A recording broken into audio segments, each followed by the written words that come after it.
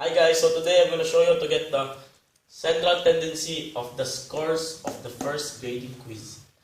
These are the scores: 10 to 12, 7 to 9, 4 to 6, and 1 to 3. And their interval is 3. The frequency are 2, 1, 2, 10. And add it all, so the total is 15.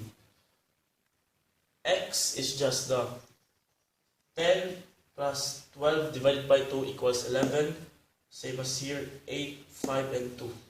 To get the fx, just multiply f to the x, which is 22, 8, 10, and 20. X minus x bar. First, we get the x bar, which is the mean. To get the x bar, just divide the total of the fx, which is 60, and the total of the frequency, which is 15. So the x bar is equals to 4.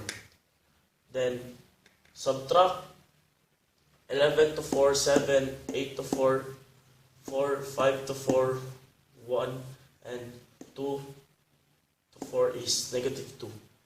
To get the x minus x bar squared, just square these numbers, which is 7 squared 49, 4 squared 16, 1 squared 1, and negative 2 squared is 4. To get the frequency minus x bar squared is just multiply the frequency to these numbers, which is 98, 16, 2, and 40.